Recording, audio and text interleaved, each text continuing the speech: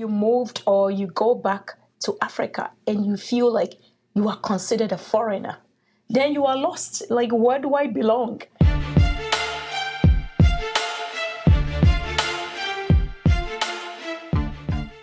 The first one, if I'll break the ice, is the bureaucratic nightmares. If you decide to move and settle in Africa, no matter where you are, you're going to face some bureaucratic nightmares, which basically means there's a lot of paperwork.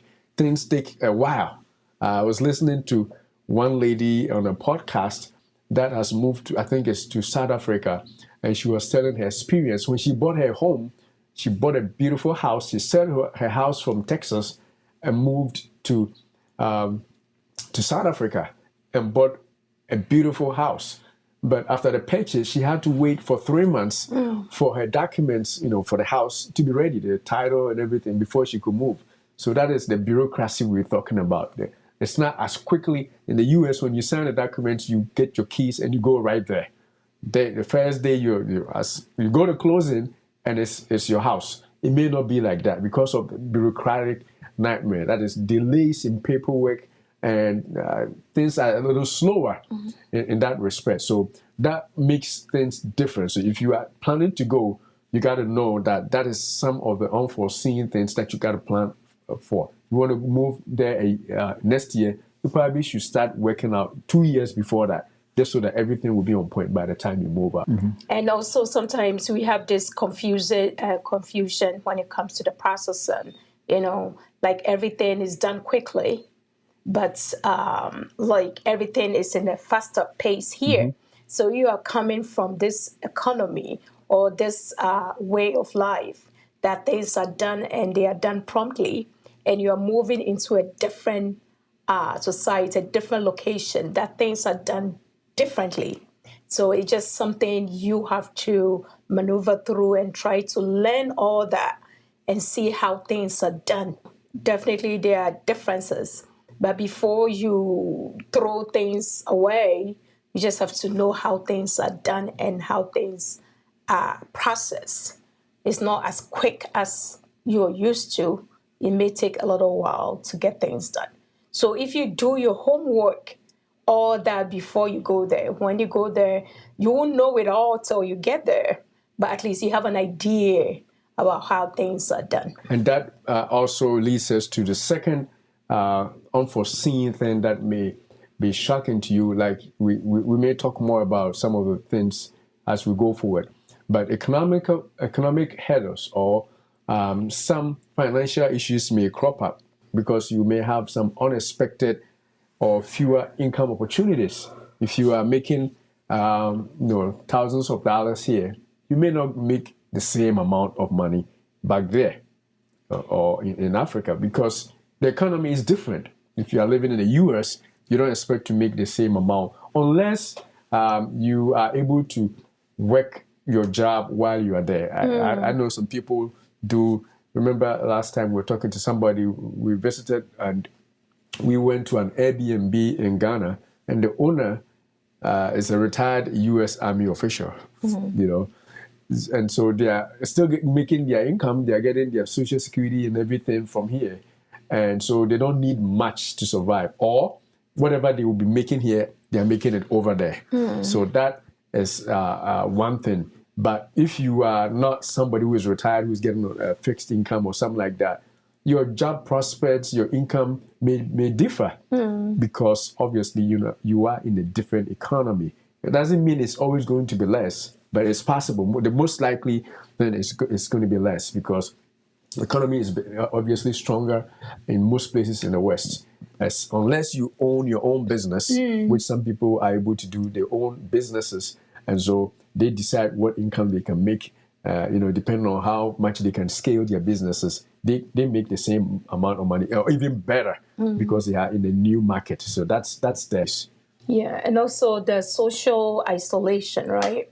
So the struggle to rebuild community and connections. So if you go there, you are seen as a foreigner. It will take a little bit for you to assimilate or learn the language or get used to the people around you and to build connection. So you feel a little isolated when you get there. But I know we have good stories about people that go there and they feel so welcome and so accepted. But when you go there initially, it's going to take a little bit for you to get connection and to get comfortable and to get settled in. So I think it's all process, you know. You just have to give yourself a time, like some time to settle in and to get assimilated and comfortable in that new environment. And that is definitely something that is normal. If you move to any other society, you don't expect to know the community or have access to. You have access to everything, but to have that community, to bond with that community, it's not instant. Some people are very good at connections, making friends easily and all that. But others will take time. And even in the US and in other places, people are, I would say reserved, or people are usually alone without connecting to other people that they don't know. They may talk to their neighbor here and there, but most people are living by themselves. And so if you move to a place where you don't know the people at all, it may continue unless you actively engage the community and become part of it, which would then make it easier and it'd be more fun because you have friends, you are connected, and it's working out that way for you. So then there's also linked or close to that is what we call a cultural disconnect. Imagine you are in the West. You have lived all your life in the US, in the UK. You have lived in Jamaica. You have lived in wherever it is, Brazil, and you're moving to Africa. A completely different culture. And so that is the cultural disconnect. But again, it's like the cultural shock, right? Yeah. The fact that the people look like you and talk like you may not necessarily mean that their lives are the same way, and things you believe, your values may be completely different.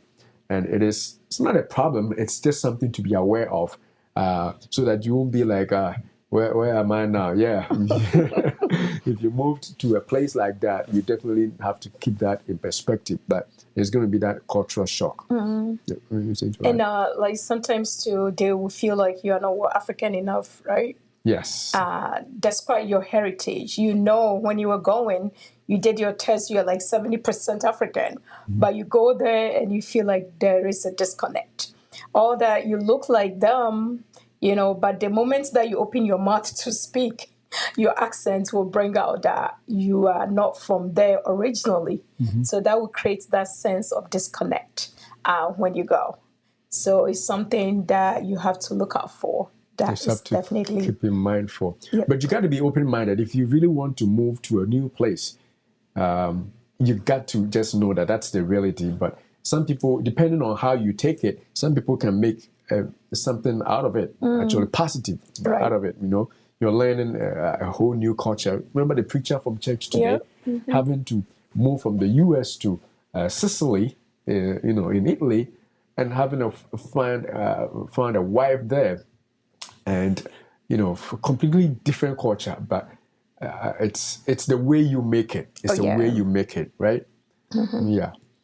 Yeah, and also we talk, one other challenge is infrastructure challenges. Dealing with power outages, internet issues, and basic services. So, like, you may not have the basic things that is readily available. You take for granted, right? Yeah, you have never even lost power where you're coming from. Then you move to another location, then you keep losing power here and there, and the internet connection is not like in that high speed that you are used to.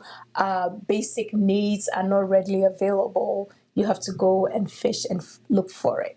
So those are the things, challenges out there. Even the roads, the roads out there. You have this smooth, easy highway drive all the time, and like the infrastructure, like the road system is not as great as you are used to. So those are the challenges that it's going to take a lot of time for you to get used to, and maybe try to maneuver your way through too. But that being said, it's not everywhere. It also depends on where you settle. Right. For example, if you move to the cities, you may find that it's just the same as the West.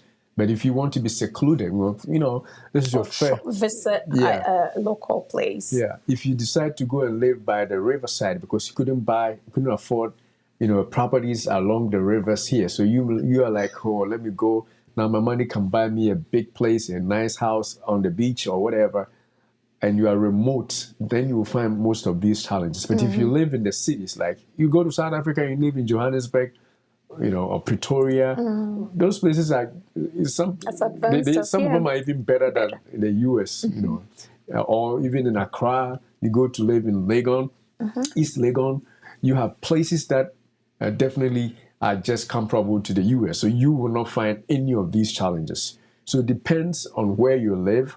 You may have some of these challenges, but overall, you just have to have it in mind that it is possible to face some of these things when you move to a place that you are not used to. So you definitely have to keep that in mind and note that it is not just the same as living in your home place. Especially again, if you live or you move to a place that is not as developed as in the West. But if you are careful enough and deliberate to choose a place where it's a city centers, I should say, then most of these things can be avoided. Plus, you can, like the power outage, you can have your own generators. Yeah, we live in the US. We have power outage. We have our own generator here, so it's kind of like just like you don't lose power as often. Right. But if you lose power, then you have generator in your house. It's like nothing. For internet service, you have companies, multiple companies that you use. Most of them are not wireless services, not cable laid down and stuff like that. But again, it depends on where you live. So all those services are there. And like, as I said, some people work from home from there. They work in the US, but they live in Africa. Yep. It's working because they use internet, of course.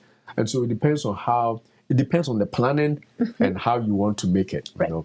But we just want to bring it out there. So for the general population, it may not be comparable to where or what you are used to. So if you want it, you have to maybe spend a little more or live in a very affluent area just to get the same services that you would get here. So just like here, right? It's like here, right? Yeah. So if you want your kids to go to the best schools, there are certain towns or cities that you have to live. Right. So it's kind of the same kind of setup over there.